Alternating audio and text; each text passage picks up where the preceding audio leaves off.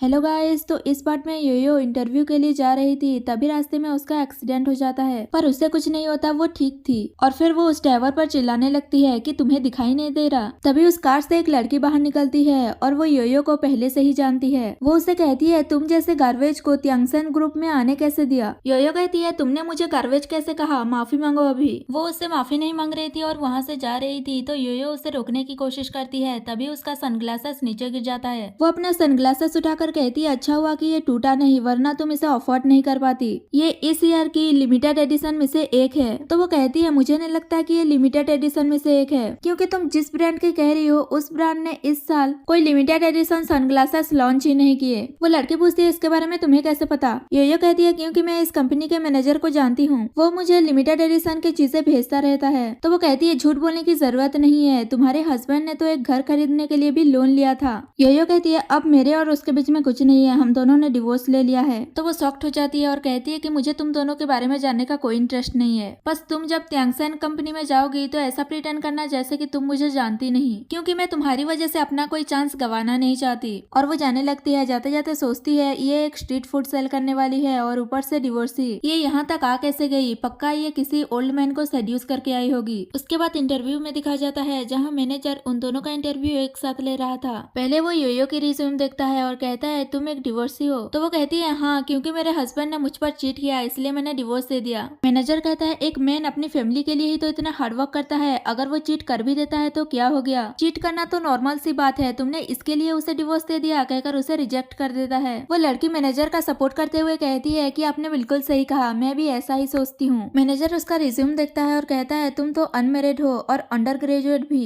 तो वो उसे सेड्यूस करते हुए कहती है मुझे लगता है वुमेन को अपने हस्बैंड का सपोर्ट करना चाहिए और घर पर अपने बच्चों का ध्यान रखना चाहिए। योयो कहती है तो तुम यहाँ जॉब के लिए क्यों आई हो, जाकर किसी को ढूंढ कर उससे शादी कर लो और घर पर रहो। मैनेजर उस लड़की से पूछता है कि तुम अभी तक जॉब क्यों ढूंढ रही हो। वो कहती है क्योंकि मैं जॉब के साथ साथ आपके जैसे किसी बंदे को ढूंढ रही हूँ। तो मैनेजर तुरंत उस लड़की को सिलेक्ट कर लेता है और कहता है आज से तुम हमारी कंपनी की एम्प्लॉय हो। योयो कहती है आप ऐसे कैसे इसे सिलेक्ट कर सकते हैं, मुझे नहीं पता था कि इतनी बड़ी कंपनी में आप जैसे भी लोग होते हैं, मुझे ऐसी कंपनी में काम नहीं करना जहाँ वुमेन्स की रेस्पेक्ट न हो। और वो अपना रिज्यूम लेकर वहाँ से जा रही थी, फिर वो रुक कर उसे कहती है तुम जैसे लोगों की वजह से ये कंपनी बहुत जल्द बैंकरप्ट हो जाएगा। मैनेजर गुस्से में कहता है तुम ऐसे कैसे हमारी कंपनी के बारे में कह सकती हो। तो वो कहती है तुम्हारी एम्प्लॉय सिलेक्शन प्रोसेस को देखकर कह रही हूँ। वो लड़की गुस्सा करती है कि तुम्हारे कहने का मतलब क्या है। योयो कहती है तुम जब से इंटरव्यू देने के लिए आई हो तब से तुम मैनेजर को प्लीज करने की कोशिश कर रही हो, और तुमने क्या कहा, तुम मैनेजर जैसे किसी मैन को ढूंढ रही हो जो तुम पर हर दिन मनी स्पेंड करे।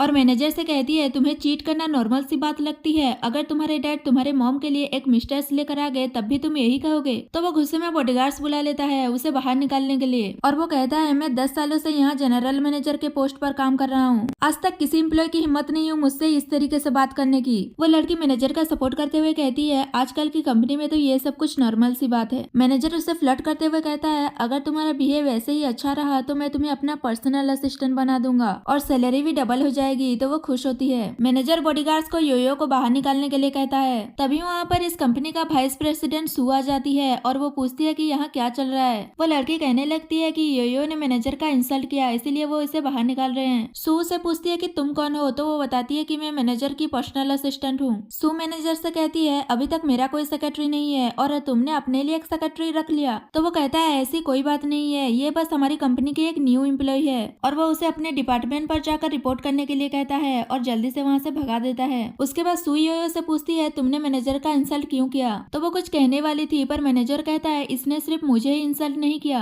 बल्कि इसने हमारी कंपनी को भी कष्ट दिया है कि वो जल्दी से बैंकरप्ट हो जाएगा। योयो कहती है पहले तुमने वुमेन की डिसरेस्पेक्ट किया था। मैनेजर कहता है क्या नॉनसेंस बातें कर रही हो, कहकर वो सिक्योरिटी से उसे बाहर निकालने के लिए कहता है, पर सू उन्हें रोक देती है और योयो से सारी बात पूछती है। तो योयो मैनेजर की सारी बातें बता देती है कि कैसे वो अपने फायदे के लिए एम्प्लॉयज चूज कर रहा है। ये सुनते ही सू मैनेजर से पूछती है कि ये जो बोल रही है क्या वो सच है। तो वो उससे माफी मांगने लगता है कि इस बार मुझसे गलती हो गई, अगली बार ऐसा नहीं होगा, प्लीज मुझे माफ कर दो। पर सू उसे जॉब से निकाल कर ब्लैकलिस्ट करके कंपनी से बाहर निकाल देती है और यहाँ पर ये पार्ट खत्म हो जाता है।